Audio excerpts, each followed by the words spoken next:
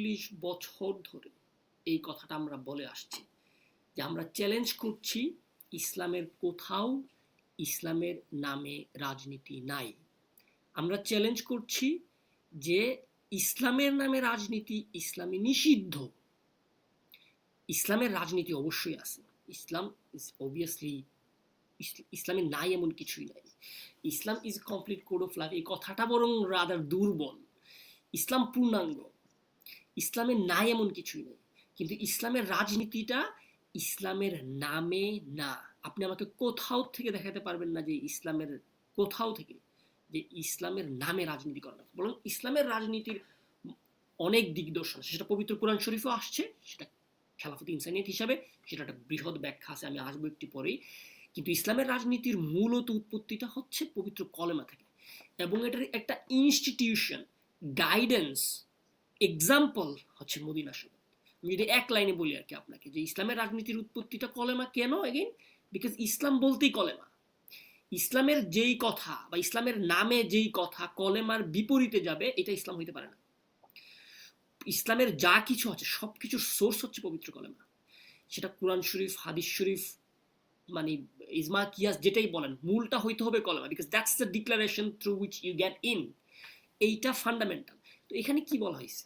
লা ইলাহা ইল্লাল্লাহ, আল্লাহ ছাড়া কোনো মাবুদ নাই এবং তিনি আল্লাহ পাকের রাসূল।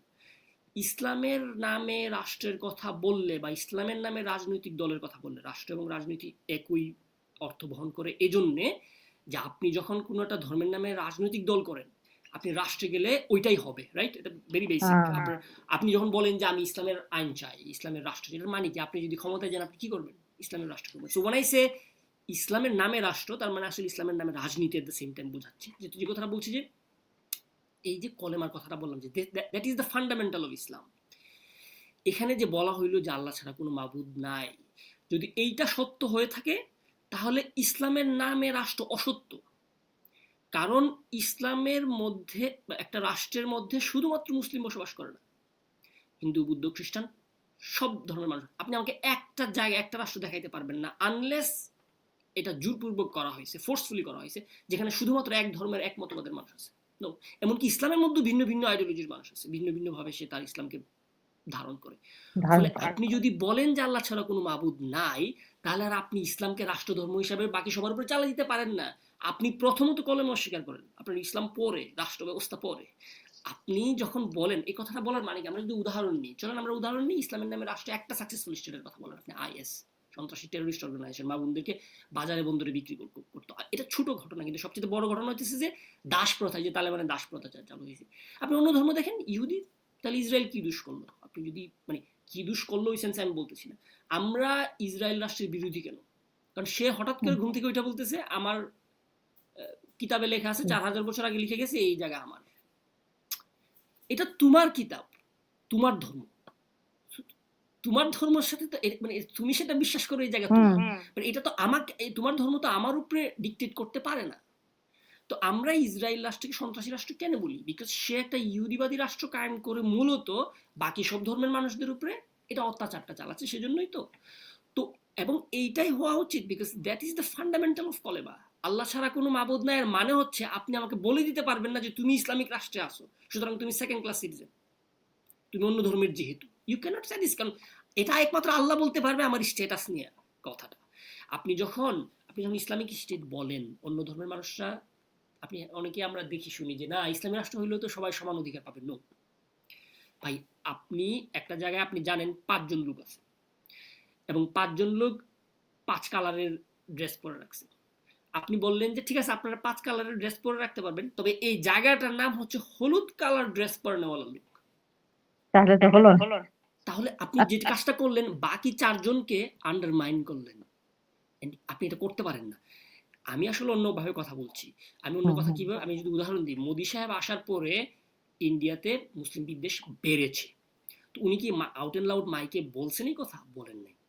তার যে ফ্ল্যাগটা উনি নিয়ে আসছেন, এই ফ্ল্যাগের মধ্যেই ছিল, এটা এমনিতে হয়ে গেছে আর কি। এই যে 5 তারিখের পরে বিভিন্ন জায়গায় আক্রমণ হয়েছে, আপনার অনেক মাজারে মন্দির আক্রমণ হয়েছে, ইউনূস সাহেবকে সেটা বলে দিতে হয়েছে তোমরা সব মাজার ভেঙে ফেলো? একটা বিচার পর্যন্ত হয় নাই। একটা মাজার শরীফের আক্রমণের কোনো বিচার পর্যন্ত এখনো পর্যন্ত হয় নাই, কেউ তো বলে দেয় নাই। সে দেখছে যে মামুনুল সাহেব যিনি ওপেন মাজার ভাঙার কথা বলে সে রাষ্ট্রের ছত্রছায়া আছে। তো সে মনে করতেছে this is the high time যে আমাকে মাজার ভাঙতে হবে, এই সরকার মাজার ভাঙারই সরকার।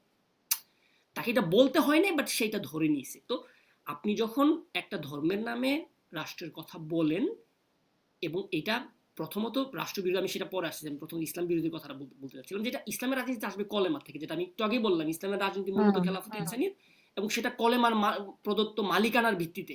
এই যে আল্লাহ বলছেন আল্লাহই মালিক, এবং আল্লাহ এই জন্যে আমি আলামিন আমাকে একটা খণ্ডকালীন মালিকানা দিছেন জন্ম থেকে মৃত্যু পর্যন্ত, আপনি দীপান্বিতা আপনাকে আপনার আল্লাহ জন্ম থেকে মৃত্যু পর্যন্ত একটা খণ্ডকালীন মালিকানা দিচ্ছেন, দয়া করে দিছেন। এই মালিকানার ভিত্তিতেই আপনি আপনার নাম বলতে পারতেছেন, বাবার নাম বলতে পারতেছেন, ধর্ম বলতে পারতেছেন, ড্রেস পরতে পারতেছেন, খাইতে যা মনে চায় খাইতে পারতেছেন। আমারটা আমি পারতেছি। আপনার কাছে যদি মনে হয় আমি I am doing something that I shouldn't do, আপনি আমাকে বুঝান যে ভাই আপনি এটা কইরেন না, এটা আপনার জন্য ভালো না, আপনার দিনের জন্য ভালো না, আপনার শরীরের জন্য ভালো না, আপনার ধর্মের জন্য ভালো, বুঝান, দ্যাটস ফাইন। বাট আপনি ফোর্স করতে পারেন না। ফলে ইসলামিক স্টেটটা এনিথিং বাট এগেইনস্ট ইসলাম। এটা ইসলামের মানে কি তো প্রশ্নে আসে না। যেটা আমি একটু আগে বললাম, এছাড়া একটা এক্সাম্পল পাবেন আপনি হচ্ছে মদিনা সনদে, ইসলামের পার্সপেক্টিভ থেকে যদি বলি, যে মদিনা সনদের 1 নাম্বার ধারায় যেখানে, এবং মদিনা সনদ, Medina treaty was the first kind of so called constitution বলা হয়, একটা formal arrangement of a state যেটা ইসলামের পক্ষ থেকে আসে, আমাদের মহান প্রিণিবী মানে মানে সময়। সেখানে প্রথম ধারাই বলা হয়েছে যে এই ভূখণ্ডে সমস্ত ধর্মের মানুষ সমান সুযোগ সুবিধা নিয়ে এবং সমান তারা নিজে সমান সুবিধা পেয়ে বসবাস করবে, এবং তারা তাদের ধর্ম পালনে সমান সুযোগ সুবিধা পাবে। কই সেখানে তো ইসলামিক স্টেটের কথা বলা হয় না। আপনি আমাকে দেখান তো মদিনা সনদের কোথায় এখানে বলা হয়েছে যে এই রাষ্ট্র সরি এই রাষ্ট্র ইসলামিক রাষ্ট্র হিসেবে অভিহিত হবে, আমাকে বলেন, দেখান। বরং আমি আপনাকে দেখাইতে পারবো যে বরং কোয়াইট অপোজিট, এখানে সমস্ত সিটিজেনকে, কারণ ইসলাম যখন রাষ্ট্রে যাবে এটা একটা এজমালি জিনিস, এটা সবার, সুতরাং ইসলাম এখানে অ্যাক্ট করবে সার্বজনীন, এটাই ইসলাম। এই জন্যই ইসলাম। এবং 30 বছরের পরবর্তী যে খেলাফত সেটাই ছিল।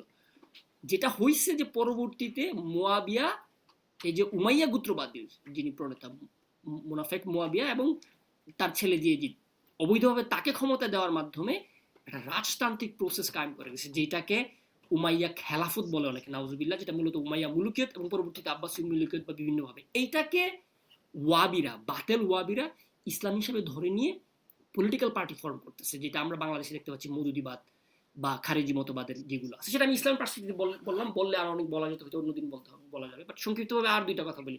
জীবন সরি জীবন বিরোধী কেন ধর্মের নামে রাষ্ট্র রাজনীতি কোন মানে কোনো অবস্থাতেই জীবনের পক্ষে হইতে পারে না। যেটা একটু আগে আমি বললাম, আমার জীবন জীবন যখন আমি বলি এটা, আপনি যদি বলেন জানেন ভাই আপনার জীবন আছে, ঠিক আছে, বাট আসলে আমি যেভাবে বলবো, আমি যে কোড অফ কন্ডাক্ট দিব আপনি সেটার মধ্যেই থাকতে হবে, এটাকে আমি জীবন বলবো না। আমি যেটা বলবো ভাইয়ের থেকে বেটার আমি মরে যাই। হ্যাঁ হ্যাঁ এক্স্যাক্টলি। ফলে আমারটা রং হইতে পারে, আমি 2 দিয়ে 5 বিশ্বাস করতে পারি, আপনি আমাকে হিসাব করে বুঝাই দিতে পারেন যে না ভাই 2 দিয়ে 5 হয় না, 4 হয়, বাট আপনি ওকে ফোর্স করতে পারেন না। ফলে ইসলামের রাষ্ট্র বললে এই ফোর্সটা হয়, ফলে এটা জীবন বিরোধী এবং রাষ্ট্রবিরোধী। ইন ইফেক্ট একটা রাষ্ট্রের বেসিক সংজ্ঞা হইতেছে যে আপনি যদি রাষ্ট্র মানে বাহ্যিক সংজ্ঞাও যদি দেখেন, ইসলামের সংজ্ঞা তো আছেই, বেসিক সংজ্ঞা হচ্ছে যে এখানে সব ধরনের মানুষ থাকতে পারবে, রাষ্ট্র যদি হয় আর কি। আপনি যদি আপনার ঘর বাড়ি বলেন সেটা আরেক ব্যাপার, আপনি বলতে পারেন আমার ঘরে কেউ আসবে না, হিন্দু আসতে পারবে না, খ্রিস্টান, সেটা আরেক ব্যাপার। রাষ্ট্র হলে এটা হচ্ছে বেসিক প্রিন্সিপাল অফ স্টেট, সেখানে আপনি পারেন না। ইনফ্যাক্ট বাংলাদেশের কনটেক্সটে তো আপনি আরো পারেন না। বাংলাদেশের কনস্টিটিউশনালি ধর্মের নামে রাজনীতি করাকে নিষিদ্ধ করা আছে আর্টিকেল 12-এ। এটা ইনসানিয়ত বিপ্লব ছাড়া এটা নিয়ে আর কেউ কোনো কথা বলে না, যে আর্টিকেল 12-এ সুস্পষ্টভাবে বলা হয়েছে যে আপনি রাজনীতি ধর্মে ব্যবহার করতে পারবেন না। তো আপনার দলের নামই দিচ্ছেন আপনি ইসলামের নামে, তো এটা আর কি ব্যবহার চান আপনি? ফলে এখানে কেন এগুলো কোনো অংশেই আমরা এদেরকে কোনো রাজনৈতিক দলে মনে করি না। হ্যাঁ, যে কেউ ধর্মের নামে মানে তার পেশার নামে, তার জেন্ডারের নামে, তার ভাষার নামে দল করতে পারে, সংগঠন করতে পারে, নারী সমিতি করতে পারে, কৃষক সমিতি করতে পারে, বাট রাজনৈতিক দল করতে পারে না। আপনি নারী সমিতি রাজনৈতিক দল হইতে পারে না, বিকজ এইটা শুধু একটা জেন্ডারের রিপ্রেজেন্ট করতেছে। আপনি ইসলাম যখন বলতেছেন এখানে আরেকটা মহা মানে অন্যায় ঘটতেছে, যে ইসলামের পবিত্র নামটাকে ছিনতাই করে ফেলা। এই যে রাজাকারগুলো রাজাকারি করলো, এই রাজাকারের দায়টা ইসলামের উপরে দেওয়া, যে কারণে রাজাকারি করছে আল বদর নাম দিয়ে, অথচ এই বদর নামটা আমাদের ইসলামের ইতিহাসে অনেক সম্মানিত একটা নাম, সম্মানিত একটা ঘটনা।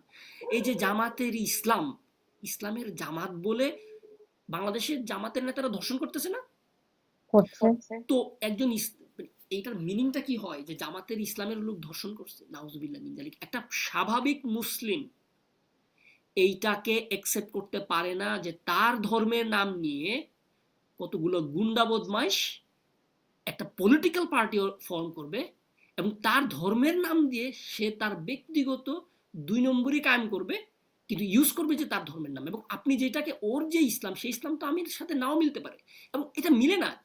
সে ইসলাম বলতেছে যে জোরপূর্বক ক্ষমতা বলপূর্বক চাপাই দেওয়াটা সে ইসলাম বলতেছে, আমি তো সেটাকে ইসলাম মনে করি না। তো সে আমাকে জোরপূর্বক আমার উপরে চাপাই দিচ্ছে এবং আমার ধর্মের নামকে নিয়ে যাচ্ছে। তার দৃষ্টিতে মাজার শরীফে যাওয়া, আপনি একটু যে কথাটা বললেন আউলিয়া কেরামের কথা, তার দৃষ্টিতে মাজার শরীফে যাওয়া শিরক বেদাত, যেটা সে যেটা মনে করে, কারণ সে সারাক্ষণ শিরকের মধ্যে থাকে, সে সে শিরকের সাথেই পরিচিত। আমার দৃষ্টিতে আহ আমি মাজার শরীফে গেলে আমি আমার আত্মিক প্রশান্তি লাভ করি, আমি উন্নতি পাই, আমি আমি